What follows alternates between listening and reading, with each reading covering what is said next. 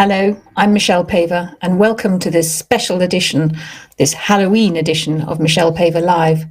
We're going out live, as I said, on Facebook and on Twitter, and in a moment I'll have some big news about my new book. But just before then, I'm delighted to say that you can now send me a live message while I'm talking.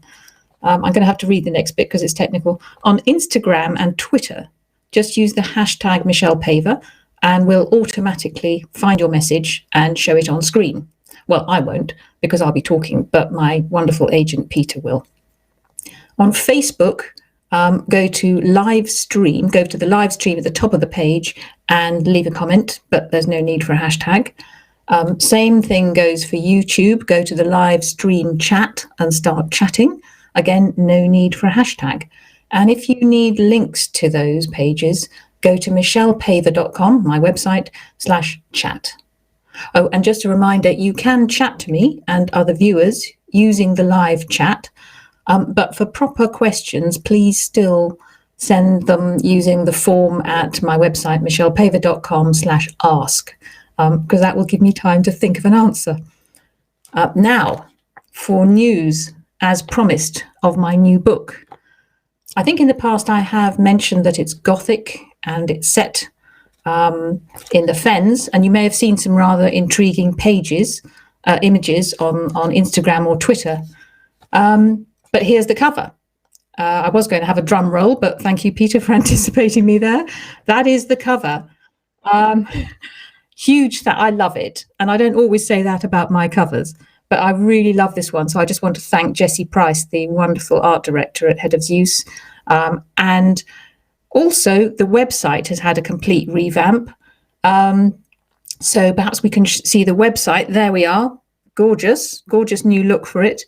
So my thanks to Luke, the website designer, and also to Peter, my agent, who is the evil mastermind behind all my web activities.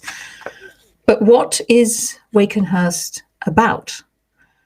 Well, those blood spatters are because it's Gothic. Wakenhurst is a Gothic story, and how. It's set in a lonely, lost corner of the Fens, the ancient marshes that once drowned the whole of eastern England.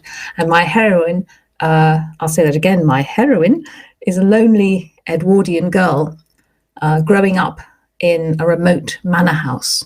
Her life is ruled by her father, who's ultra-religious, repressive and repressed, but he has secrets.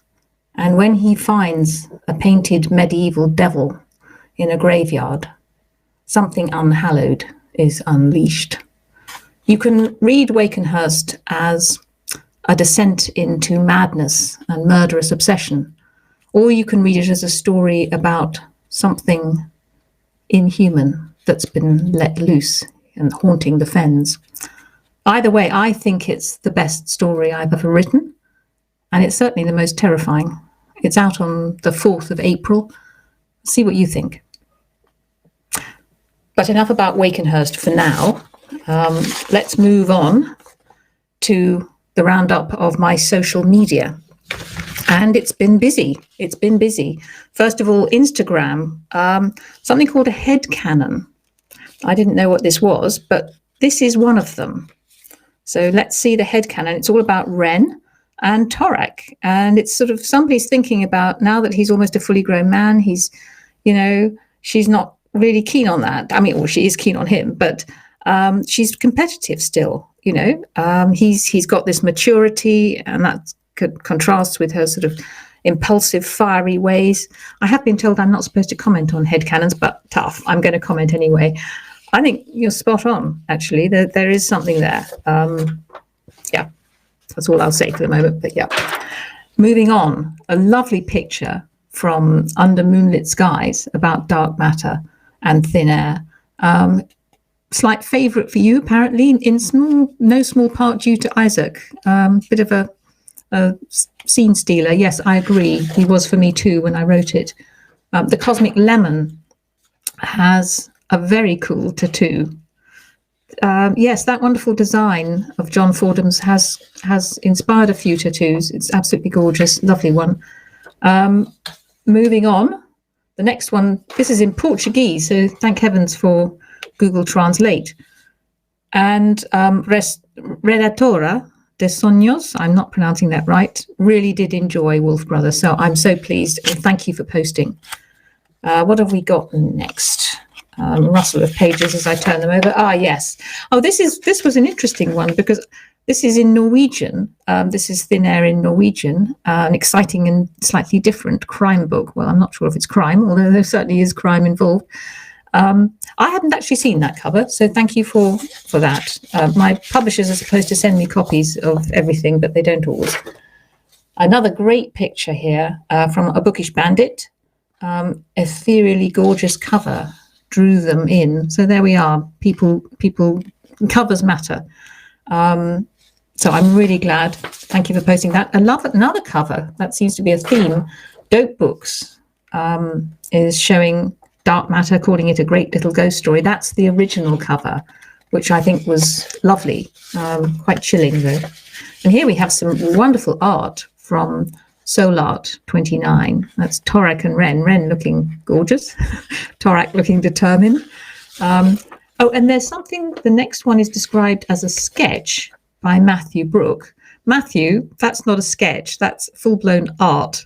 I think it's great. I mean, that's obviously Torak when he's very young. I think it's the look in his eyes, it actually almost teared me up. You know, I thought, wonderful. The next one is from Akemi 000. It's in Italian, but you know, you can see who it is. It's the hidden people of the river in Wolf Brother. Really evocative. And the quote sounds great in Italian, even though I don't understand it. But I recognised it because I wrote the original. Now, turning over. Sorry, I'm looking at the printed ones. Yes, this is great from Cyprus. Eleanor Grace showing us her very battered omnibus edition. I do love seeing battered books. It means they're much loved. I think I showed you the one that was chewed up by Torak the Wolf last edition. And lastly, we have one from Slovenia. That's how to read my books. Up a tree, safely, but up a tree. Love it. Thank you. Now, that was Instagram. We're moving on to Twitter. James has been watching the wonderful Frozen Planet, the BBC series, of which I have the DVDs, with his 5-year-old son, who saw a wolf pack for the first time on the programme, but he knew all about them because he'd been listening to Ian McKellen reading Wolf Brother. James, I think your son is one of my youngest readers so far. Moving on, I think Hugo, yes. Hugo wants to know if there are any new ghost stories in the pipeline. Well, yeah, Wakenhurst definitely has ghostly elements. So yes to that, Hugo, out in April. Mary, lovely one here, stayed up all night and now doesn't know what day it is. And she's blaming me because she's been reading Dark Matter. Well, feel free to blame me, Mary. I'm delighted that I kept you up. And actually, I'd love to hear from any of you who've done the same as Mary. If any of you have stayed up all night or reading Dark Matter or one of my other books, send me a tweet or with the hashtag Michelle Paver, or just post something on my Facebook page. Oh, now we have something from Vicky, who's a teacher and is showing me a fabulous collection of front covers created by her class for Wolf Brother. Some very, and they've also done diaries by Torak, not Wolf. Really creative stuff. I love hearing about that. Ben also has just finished listening to Dark Matter, read by Jeremy Northam, brilliantly read by Jeremy Northam. And he doesn't know what the equivalent of a page turner in audiobooks is. I was trying to think of this. can't bring myself to go and make a cup of tea or something. No, I ingenuity escaped me there, Ben, but I'm glad you enjoyed it. On dark matter, we're almost at the end there. An incredible storyboard. Yeah, this is great. Tweeted by English teacher and tea enthusiast Rachel Hyatt from Peebles High School. And they're really telling the story of dark matter in pictures, which is a huge skill and not something I have. In fact, that just to be trivial, my favorite T-shirt tells the entire story of the Iliad, one of the great ancient Greek classics, in 9 pictures. Let me show you. There you are. So it's quite a skill. And I admire the fact that you're teaching it, Rachel. That's fantastic. Oh, well, we have one final late edition, which is something really weird. Did you know about carving turnips? I didn't. But these are very strange faces, and they remind Lindy of dark matter. And yeah, I agree. I think it's maybe something about that asymmetry that is quite disturbing. Well, that's one of the many things about that's disturbing. So thank you for all of those. Please keep them coming. But now, moving on from social media, it's time to recommend, for me to recommend a book and a film, suitably Gothic. Flavour, the Gothic classic, The Strange Case of Dr. Jekyll and Mr. Hyde. That's my copy. That's the Penguin Oxford World's Classic Edition. It absolutely is a classic. You'll probably have seen the film, but I'm not going to tell you the story, just in case you haven't and you don't know the reveal. It anticipated the subconscious by many decades, and it's brilliant. And actually, the story of how it was written is almost as fascinating, because Robert Louis Stevenson was overworked. He was in great pain, so he was on morphine. He had the mother of all nightmares, and that inspired the story. I wish I'd have a nightmare like that. It would help a lot. But it is brilliantly written. Oh, and look out, because it's a short novel or a long short story. There's usually accompanying it is a story called Mannheim, which is, I think, almost as brilliant, about someone who's committed a crime and he's trapped with the results in a house. And you're right inside his head. It's brilliant. So moving on to the DVD, this is another classic, Rosemary's Baby, 1968, directed by Roman Polanski. It's been called the best horror film ever made. A young woman gets pregnant and begins to suspect that the father of her baby may not be her husband, but something else. And when I tell you that the new apartment they've moved into is in a block where there may be devil worshippers, that gives you an idea of what the story is about. It is brilliantly creepy, hugely atmospheric. Those of you who are younger than me, which is virtually everybody, will perhaps enjoy the genuine 60s retro feel of it, because it was made in 1968.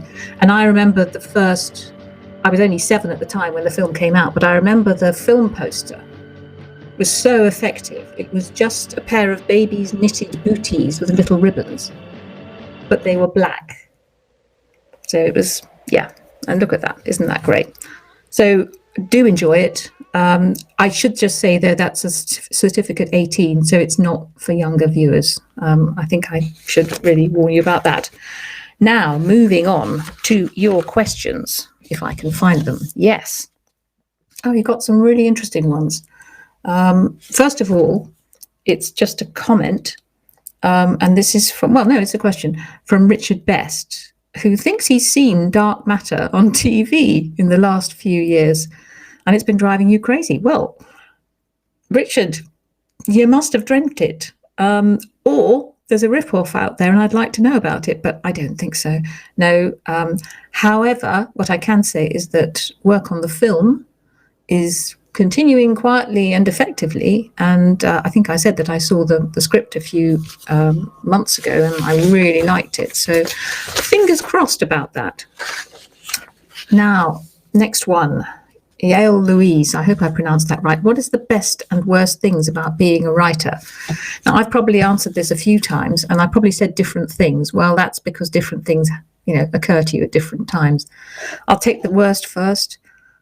I think it's mostly the stuff that's not writing. I think things to do with publishers sometimes. Sometimes covers are not always what you want them to be. Annoyingly, I have thrown out the really awful covers because I just couldn't keep them in my house.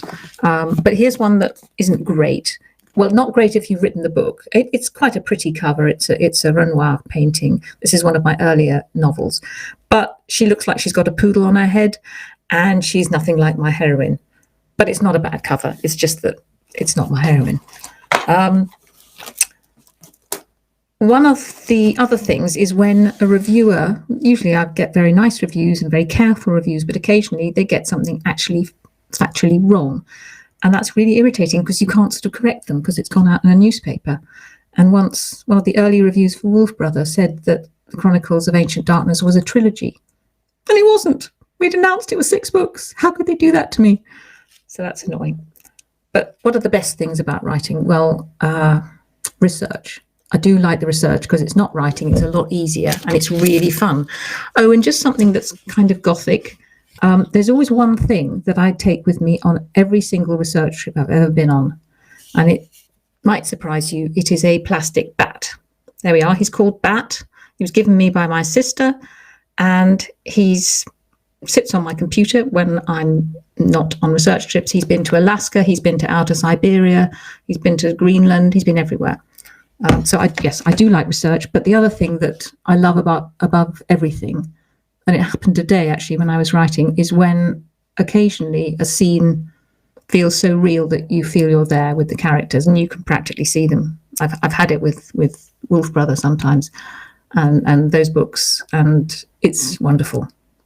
So that was a long answer, but yes, you're encompassing the whole of writing there. So now we've got a shorter one for Dominica. I hope I'm pronouncing your name right, but it's quite a heavy responsibility. Can we see it so we can? Yes, that's right. Thank you.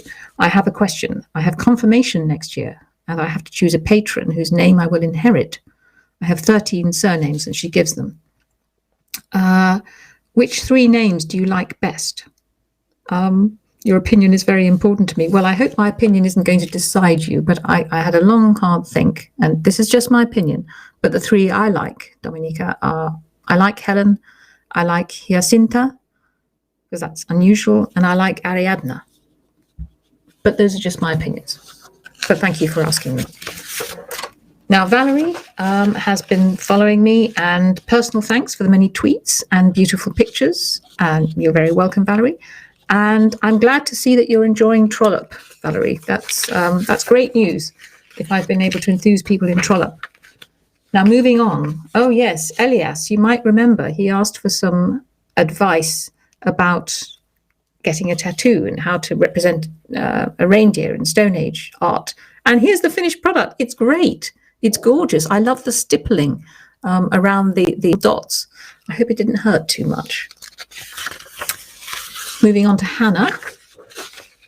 Oh, yes. And Hannah, we had to sort of, yes, we did a bit of editing. Oh, no, we did on this one because it's got, but first of all, you read Chronicles over and over again as a child.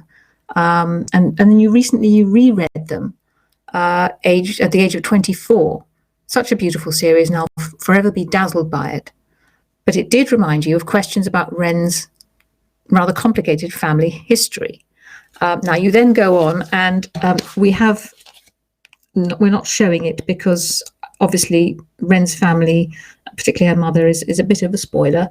But you've asked some complicated questions about Hord and her brother, and did he know about his mother, and what did that affect how he regarded Wren? Well, I think the thing to remember, Hannah, is that as I say in, I think, Outcast, Wren's mother changed her name when she left. So she had a different name when Hord was growing up. So I've left it unclear as to how much he knew. He probably heard rumours about her, when he went to the deep forest, when he was fostered with the Red Deer clan, and this kind of cloud of suspicion or rumour or doubt would have affected his character.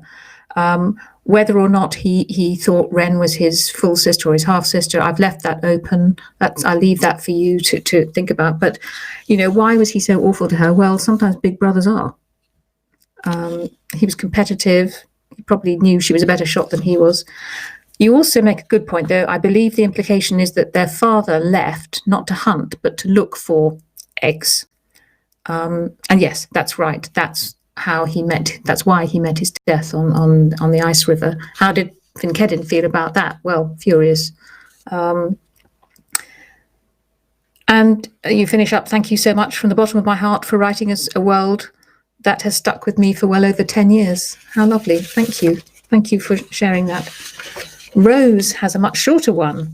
How would Wren have responded to the question Bale had planned to ask her in Oathbreaker? Now, he'd planned to ask her, this is not a spoiler, will you come and live with me, be my mate?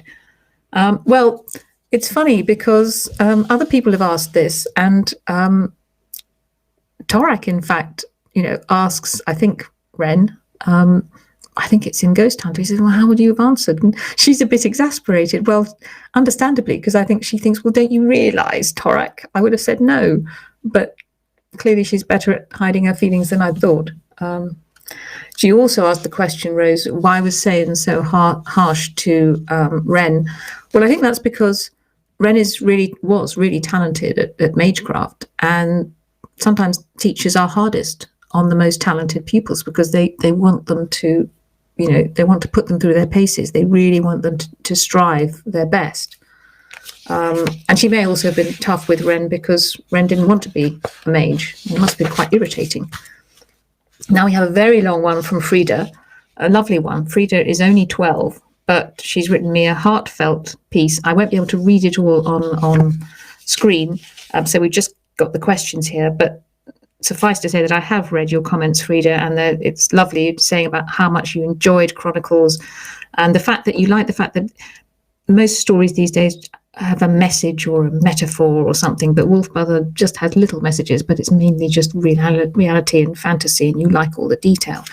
But then your questions here we have, I'm going to leave the one about characters because someone else has asked that, but I will answer it. Where do you find all the interesting names for your characters? Well, that's quite a mixture because, of course, we don't know any Stone Age names. So I had to make them up. I made up Finkedin. He's one of my favourite names. I made up Torak. I made up Wren. But I didn't make them all up. Some of them I got from Old Norse. Those are the Vikings. Thiazi is based on Thiassi, who's a Viking storm giant. Eostra is the Anglo-Saxon goddess of Easter. That's where we get the name Easter from.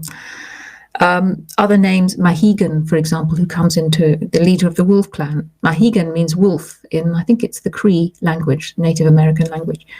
Wolf was a hard one. I had to come up with a name for a wolf, and it took me days to work out it's just wolf.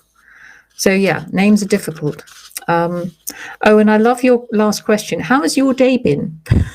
Thank you for asking that, Frida. Well, it started very early. It started at 10 to 5 this morning. I did an hour's exercises because I have a bad back, so I have to do that. And I did 5 hours writing. And as I said, it was good writing. I was pleased with it.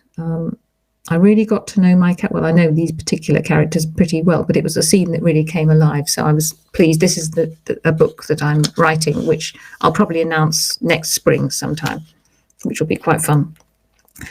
And then the rest of the day was spent preparing for this. So it's been a very long day, but a fun one. Thank you for asking that. Oh, and at the end, Frida says, P.S. I would love it if one day you could write a sequel. Well, I'll answer that a little bit later. We've moved on to Sarah, who, like Frida, asked, where did you get the idea for Torak and Wolf and Wren? Well, Frida asked about all the characters, but Torak and Wolf and Wren. Well, Torak, he just walked into my head.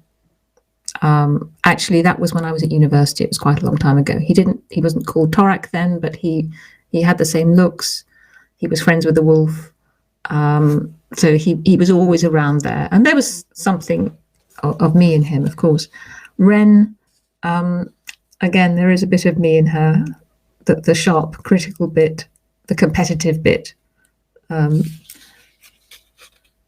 Wolf, that's sort of in the subconscious, really. I've always loved wolves, so I wanted my hero to have a wolf as a friend.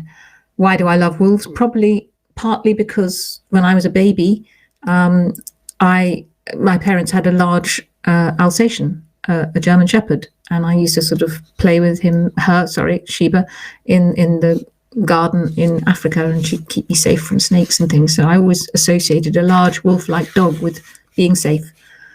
So that's kind of where I got the characters, but the rest is sort of buried in the subconscious. Now we have 3 people all asking a similar question. We have Ash, first of all, just finished Ghost Hunter, really enjoyed it. My question is, have you got any plans for another story involving Torak, Ren and Wolf? Then we've got Savannah, asking, will there be a 6th Chronicles of Ancient Darkness? I think you probably mean 7th, Savannah, because Ghost Hunter is the 6th book. If you haven't read it, you've got a treat, I hope. But if you mean the 7th, that would be a sequel. And finally, Madeline has a slightly different point. What she's saying is, if you make a sequel of Chronicles, please don't make it Torak and Ren's kids or grandkids about them. Keep Torak and Ren as the main characters, because in my opinion, to have their kids would ruin the flow of the books. Madeline, I completely agree with you. I think you're completely right. I don't like stories which deal with the children or grandchildren. I can't imagine Ren pregnant, frankly. So I hereby promise to all of you solemnly on the first tree that if I ever write a sequel of Chronicles of Ancient Darkness, it will be about Torak and Ren and Wolf. And finally, we have a most lovely comment. This is from a grandmother, Laura Schultz, who got Wolf Brother for her grandson, who's 12. Amazed how engrossed he was. I sat and watched him read with tears coming down his cheeks. That was when he finished Wolf Brother. And I told him, only great writers can tap into your emotions like that. And I'm glad to say now he's reading Spirit Walker. So he knows that Torak finds Wolf again. And then Laura finishes by saying, thank you for your gift in storytelling, for engaging my grandson in a world beyond video games. Thank you so much, Laura, for sharing that. Obviously, it's very nice of you to say nice things about my books, but what I was really impressed with is what you told your grandson. That about, a book, a writer can tap into your emotions, because that is a skill, getting into a book so that you allow the writer to really move you is a skill which you have to learn as a child. And we've all got it. What I mean by we is everybody who's watching this program. Otherwise, you wouldn't be watching this. You've all got it, and it's a skill, and it's one that will never leave you. And that's probably what makes your comments and questions so interesting. You're an interesting lot, my fans. So I think that, yes, that is all we've got time for now, sadly. Thank you, as I said, for your great questions and comments. Do keep them coming. And although I haven't had time to read out every word of what you've written, I do always read them, because Peter prints them out and sends them to me. That's how I prepare for these shows. So I do read every word. Just to remind you, finally, I don't respond directly to posts. I just don't have time. So the best way to ask a question is go on my website, michellepaver.com, click on Ask and fill in the form. And then the next Michelle Paver Live, I will answer. And you can also keep up to date with me on Twitter and at Michelle Paver, and these days on Instagram. Thank you, Guillaume, for that. And here on Facebook. So it just remains for me to say that's all for now. Goodbye until next time, and happy Halloween.